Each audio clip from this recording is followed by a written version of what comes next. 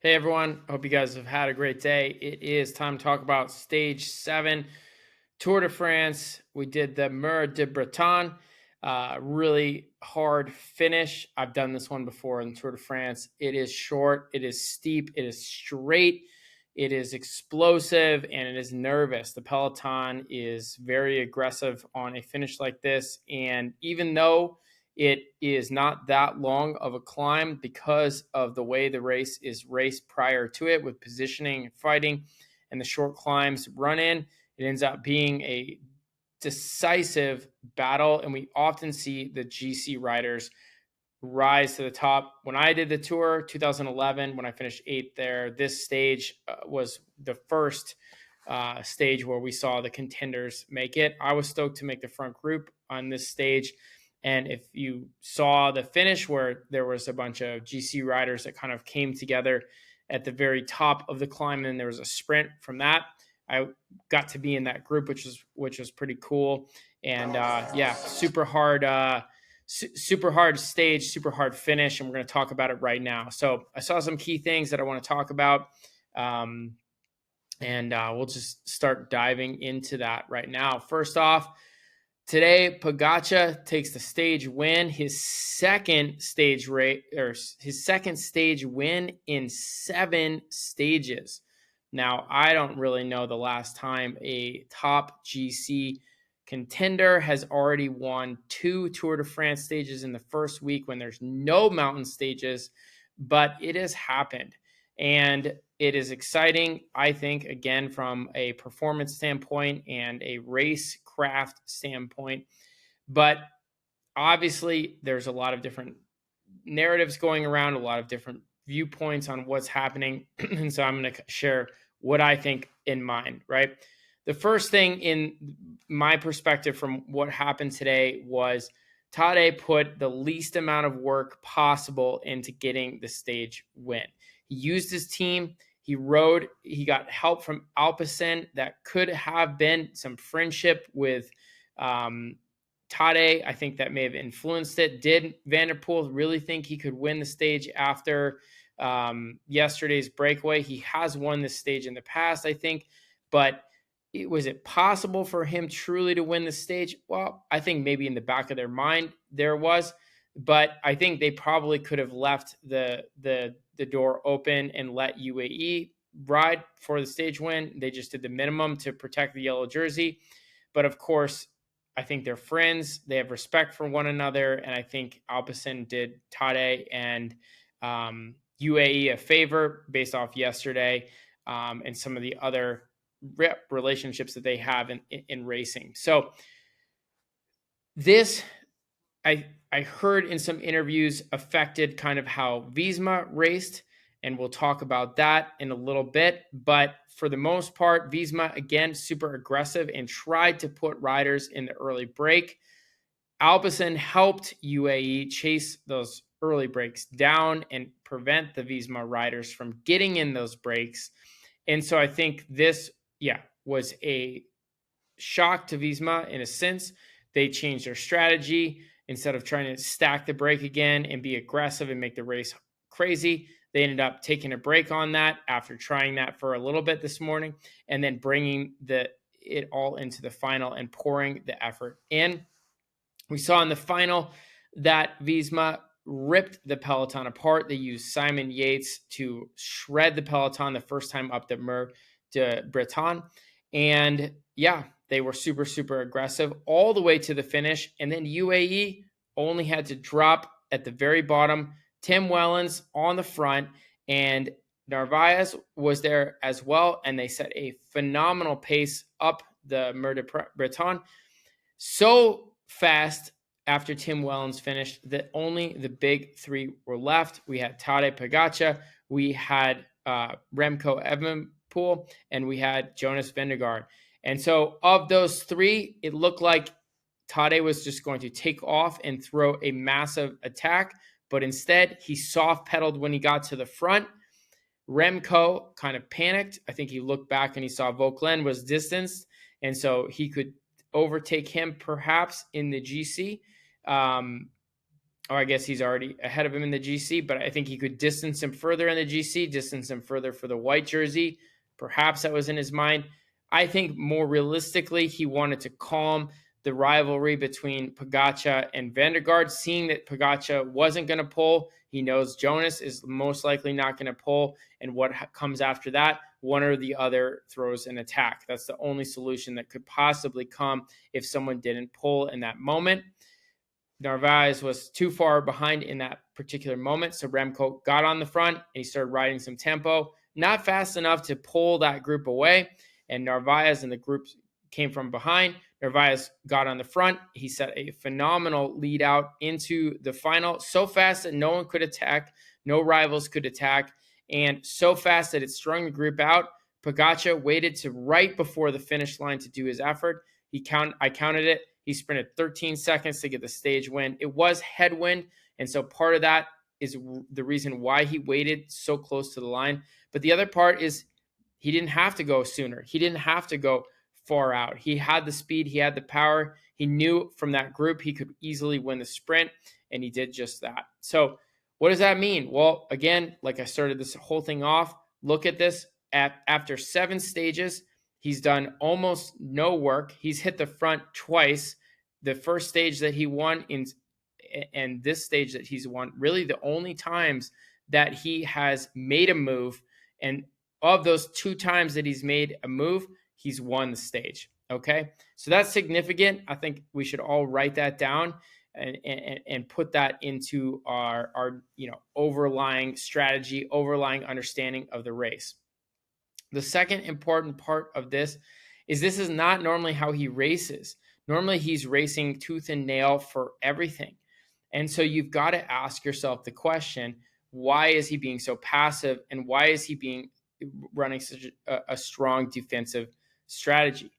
In my opinion, I think that he's going to rip the race apart in the mountains. I think that he's focused on the mountains. If you look at the way he's been training and riding with the classics, working on these longer accelerations, and then how he raced in the Dauphiné with incredible power, threshold power, sustained threshold power, it looks like, and you look at also his time trial performance where he was excellent in this, it looks like he is on another level in these coming up for these mountains. And I think he wants to break records on those climbs and win in a massively dominating fashion. So I also in the back of my mind, excuse me, hard ride today, did the Stelvio. But in the back of my mind, I'm thinking too, I think he wants to top how many stage wins I think he won, 6 stages last year in the Tour. I think he wants to top that. He's already 2 in the first week before they've even got to the mountains.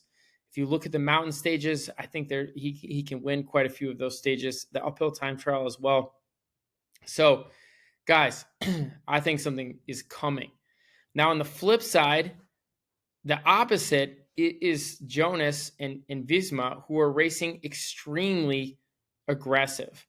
And even today, blowing it apart in the very end, trying to aggressively put riders and good riders in the early breakaway, trying to make the race as chaotic as possible for UAE to control.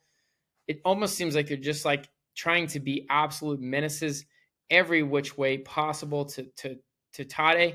And it almost seems like now they're taking score and like whether or not they're able to irritate him or not. And so I'm just going to say this right now, and I could be wrong, whatever. I'm not afraid to be wrong because, again, I'm on this couch. I'm in this Italian couch in this Italian hotel room. I'm not out at the race. Like, I'm not the coach of these guys. I don't truly have a connection, and I don't know. I just have my experience racing, and I have my experience coaching, and that's it. But when you look at this strategy that Visma is playing, it just doesn't, to me, it just doesn't really make a whole lot of sense. It's like last year they were very aggressive. Again, I call this the scorched earth strategy. It didn't work last year in the Tour de France, And if you look at the time gap in the end and you look at the 6 minutes or whatever Jonas was behind, you have to ask yourself how much of that time came from, them pushing so hard and then him not being able to follow at all. Like, would Tadej have pushed as hard with his team? if Jonas was fresher when Tadej went, would the time gap be closer? Could he even stay on the wheel? And my logic with thinking this, and I think you guys have to listen or at least try to absorb this, is the way bike racing works is when there's a time gap at the end, when someone gets dropped, it's not a clear-cut picture into how that rider's level is versus the other rider's level. The reason is if, like, say Tadej, for example, is better than Jonas and they start the bike race, right when they start, they're going to be closer together than when they finish. And every hard effort and everything that goes over Jonas's level, but not over Tadej's level, basically is going to limit the resource in terms of fueling and effort that Jonas has to put out. And it's not going to change what Tadej has to give in the end. This fly is super annoying. You guys know Italy. Like, there's no screens here, tons of flies. Anyway, got this guy flying around, literally. And I apologize for listeners that talking about the fly, but it's annoying to talk to my computer by myself. And I got this fly buzzing me, but I'm going to do it. So back to that.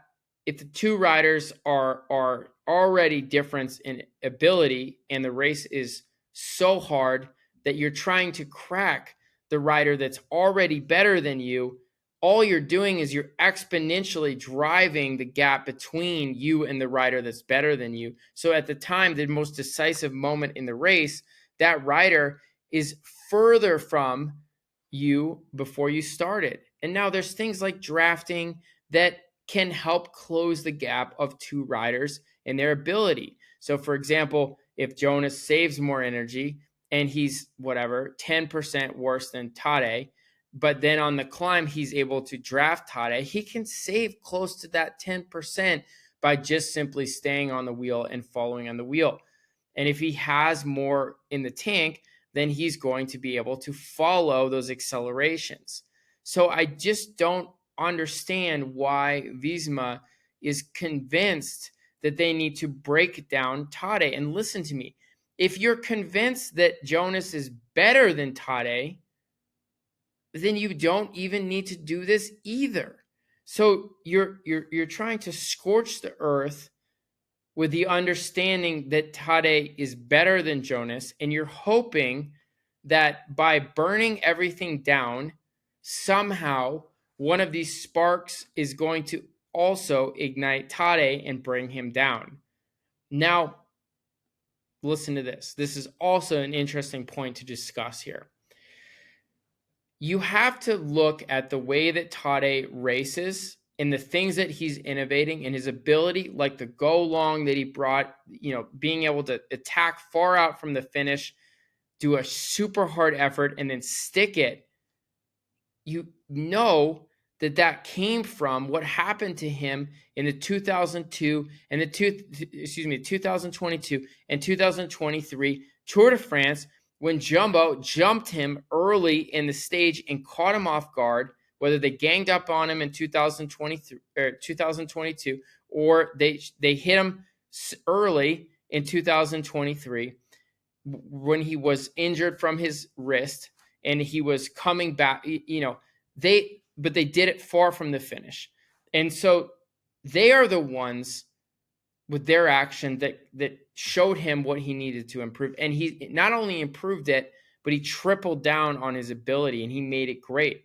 They beat him in the time trial. He came back and he has dominated those guys in the time trial since, And so he's got these abilities that he has the ability to basically use adversity and just leverage it into becoming great in the place that they beat him.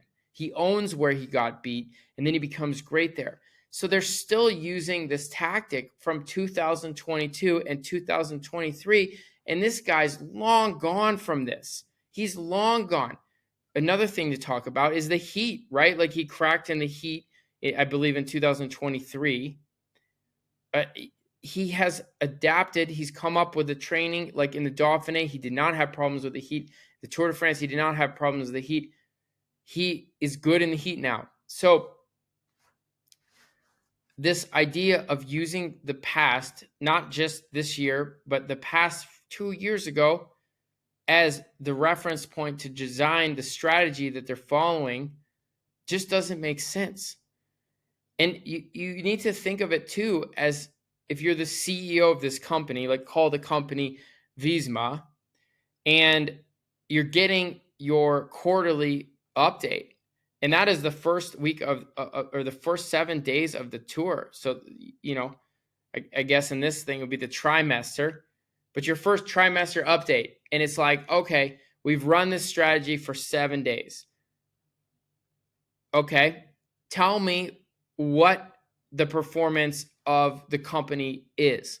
Oh, well, after 7 days and using all of our riders, and we've used them very aggressively, put the whole team behind this. Okay, I hear you. Now, what are the results? Oh, well, we're tiring Tadej out. Okay, well, what are some results that show us that your strategy is tiring Tadej out? Well, I don't. Well, what are the results in the overall? Oh, okay. Oh, Tadej's got 2 stage wins, and he's got a minute 17 over us, and we're like in 4th place. Like, the CEO is going to be like, that is not results that are backing up what you're saying. So it's like, well, we're going to request to carry on with the strategy because we think that it'll probably work because 2 years ago and 3 years ago it worked. I just don't see this as a good strategy. And you can just see that, like, I just don't think it's working. And another example of this is when Tadej bluffed on the climb. He doesn't pull through. He rides easy. This is in today's stage. He doesn't attack. He just sits there. He doesn't do anything. Why doesn't Jonas attack? His team set it up. His team ripped the peloton apart. His team's been making the race aggressive. There's your moment. Like, do it, and again, if you're the CEO and you go to Jonas and after the stage and you say, how did the stage go? And then Jonas says, yeah, great legs. Team was great. We made the race hard. Like, mission accomplished. And the CEO says, well, you got second on the stage. Tadej got another stage win. He got time gap. Well, I was able to stay with him. And the CEO says, yeah, but we put the whole team behind you to put pressure on Tadej all day and the other days, and then you have a moment to attack and you don't. Why don't you attack? Well, what is he going to say? Well, the truth of the thing is he's going to say he didn't attack because he's afraid Tadej would counterattack him and drop him. And he knows that his best chance to get a result and move up in the GC is to wait for Tadej to attack and follow him. And from that interview, as the CEO talking to Jonas, I would then say, well, there you go. That's our strategy moving forward, because that's what you chose to do today, because that's how you felt. And as your Race Your Instinct, 2-time Tour de France champion, that's how you should race. So why don't they just follow that strategy and just simply follow Tadej around, use the whole team, conserve energy, get ready to pounce. Be there ready. Have your Sepp Kuss there. Have your Jorgensen there. And also, if Jorgensen doesn't need to pull and do all these attacks, he can also save energy. Hey, Jorgensen can finish on the podium, So it's like, why not follow this new old strategy of simply just following the best guy and reacting to what he does and look for mistakes or chinks in the armor, or a moment like today where it was like his team was leading him out, and then for whatever reason, he didn't attack. Boom. Okay. Why didn't he attack? And I'm on my X and I'm looking at people's comments, and all kinds of people on X are saying, well, he didn't attack because he was struggling. Okay. Well, then you should attack, right? So at that moment, you attack. And if he then does not get dropped, he jumps on you, and then he sprints around you and wins the stage. Well, 1, you get the exact same result that you would have had you not attacked. And 2, you at least sussed him out and saw, is there any weakness yet or not? And if there's no weakness, okay, move on to the next day. Again, this is the Tour de France. It is so hard. I know all the viewers and listeners, you guys are just like, the race is over, but like, it is so hard that any superhuman can break apart in this race. And I don't mean crash. You can just have a bad day. You can get sick. You could be tired from the classics or whatever it is. It can happen. And it's going to happen at some point, whether it's this year or next year or the following year, Tadej is going to lose one of these things. It's just how the universe works. So, like, we as fans and stuff, we can cheer, we can do whatever on our side, but I think in the race, directors and team, I think there needs to be some changes with the strategy, right? So that's all I got to say on that. Just a 20-minute rant or whatever I did on that. But at the end of the day, I think Jonas is riding great. He was able to follow Tadej in the sprint. I will say that he did get gapped off in the initial jump, which is normal. And then it took him all of the 13 seconds and the draft from the headwind to get back to his wheel. And so that's the next thing I'm going to talk to you guys about. We talked about the strategy of Visma, but we also now need to discuss the strategy of Jonas. Okay, folks?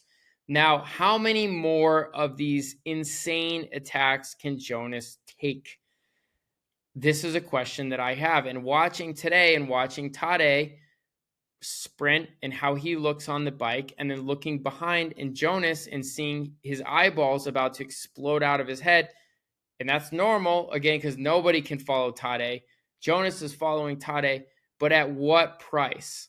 How much does this sort of an acceleration cost Tadej versus how much does this acceleration cost Jonas?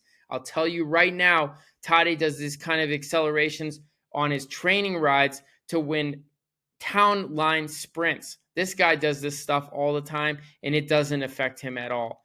On the flip side, I don't think Jonas is sprinting for town line sprints on his local group rides or training rides. So while he's improved it, it's just not at the same level. How many more of these things can he do? And this is the thing. This is the question that I'm asking now. Is there going to be a negative impact that's going to come when he's done too many of these insane accelerations and he's not going to be able to follow them any longer, and he's going to increase his fatigue even more than he has been being aggressive in the race? And that increase in the fatigue is going to hit hard. I know last year there was this big thing that was like Tadej is going to blah, blah, blah, like get fatigued and fall apart and all these other things. That's not a good argument when we're talking about the world's best racer, who is also the greatest of all time cyclist at his peak form and fitness right now in 2025. Okay? He is the leader, and so he is the best ever, and he's racing with people that are not as good as him. So he can afford to be a little bit more aggressive, which he's not doing in this Tour de France. Again, like we talked, pay attention. But Jonas, on the other hand, is trying to match this rider in his strength, in Tadej's strength, where Jonas's weakness is. And I think that is going to cost fatigue on his part. And what I would propose is simply not following the attacks like these, right? When he hits out on the climb like he did, like a crazy man 2 days ago, or whatever that was, I guess stage 4, don't follow it. Like, just go your pace, like he ended up doing eventually, but he already did the effort. He ended up getting back at this way. So start playing around with not necessarily following or trying to match the big acceleration, staying a notch down, letting Tadej go up the road, and then using your threshold power and your ability to ride him back. Now, the reason why this is a good strategy, aside from avoiding extra fatigue and extra muscle damage, is because if you truly are the best rider, you will see in this moment that you are the best rider because you can come back. And if you truly have a chance to win, you'll be able to see that you can come back. But he's kind of starting by putting the cart before the horse here. He's going with the most vicious, violent attacks and then struggling to stay on terms, maybe even getting dropped and then coming back barely. All very, very, very expensive. And we saw in the Dauphiné, he didn't last very long trying to follow his attacks. And after he did that, he ended up losing lots of time. The second mountain stage in the Dauphiné, I believe, stage 7 or stage 6 or whatever that was, he didn't follow Tadej as long as he did the day prior, and he actually kept the gap quite a bit closer on the climb, I believe 30 seconds, and then closed it down to 14 at the finish line. This is a good strategy, I think, and I think pretty soon would be a great time to start doing that, because you can see that Tadej is preparing to go berserk in the mountains. You're going to have to be ready for that if you want any shot of winning this race. And quite honestly, it is in your advantage to be able to follow Tadej as he sucks you away or pulls you away from all those angry, hungry racers that are behind you, like Remco and all these other people. It's better to at least be in a definitive second place overall as well with a shot to win than in sort of the mix with everyone else once you get dropped by the best rider. And so these are all things that are on my mind. I'm just saying them. Jonas might very well be super incredible and he might ride away from Tadej, and I'm a complete idiot for thinking this. But even if he was, I do think my arguments are legitimate and should be considered, even if he was the best rider and even if he still does ride away from Tadej later on in this race. I think these things that we're talking about would work quite well anyway. So that's it for Tadej and Jonas on this particular podcast episode. I'm going to move on and we're going to talk about Remco. Doing Remco stuff, quite honestly, like really difficult to be like a super Remco fan. I'm a Remco fan. I think he's cool, and I think he's kind of like the underdog, but at the same time, like he does a lot of like frustrating things, and you're just as a fan, you're just kind of like, dude, you kind of need to stop doing these things, because like I know you can win this race, or I know you can be up there, but then you're doing these things and it's like taking you out of it, and it's really hard to be in this relationship with you as your fan. You know what I mean? Like it's tough. So what did he do here? Well, he made the big three. He made the selection on the climb, which was awesome. But then he kind of panicked when Tadej bluffed by not pulling. He just started riding. And I think it was kind of a ride, like I said earlier, to like make a truce between Jonas and Tadej to try to prevent one or the other from attacking and dropping him in that moment. But ultimately that ended up costing him some time in the finish line, because he was gapped off in the sprint. If you watch in the sprint, he was right next to Jonas when Tadej went. He stood up and then had to sit right back down. His legs were completely flooded. And so, I think that really cost him, that little extra pull on the climb, and that really kind of put him over the edge. So in hindsight, it would have been better to just go on the wheel of Jonas and say, hey guys, like do what you're going to do, and if they attack and drop him, then he would have lost probably the same exact amount of time that he lost today, losing the 2 seconds and then also the time bonus at the line. So, I think at the end of the day, if he could just try to just be a little bit more mindful and more engaged with his tactics, I think he can use his excellent form for much better results. I think he looks good on the bike.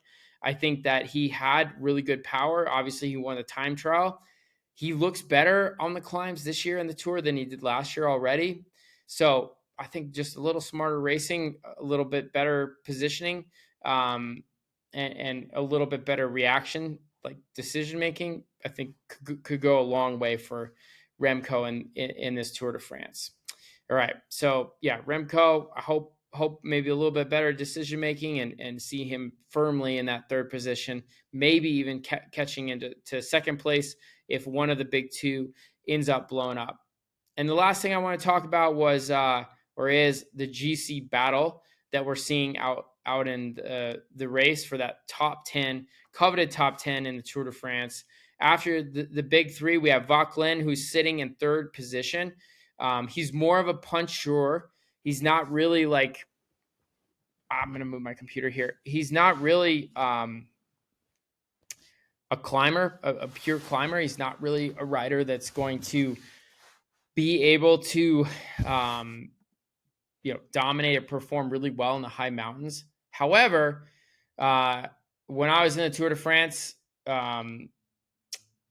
Vaucleur took the yellow jersey, Thomas Vaucleur, and he held on to it for like most of the Tour de France, and was super strong in the climbs, was amazing, and ended up I think 4th overall in the Tour de France that year. So these things can, a good performance like he's having right now in the Tour, being in 3rd position overall, heading into the mountains, having so much success riding in the front early on, and today he was, after a really hard stage, a hard week, he was right there.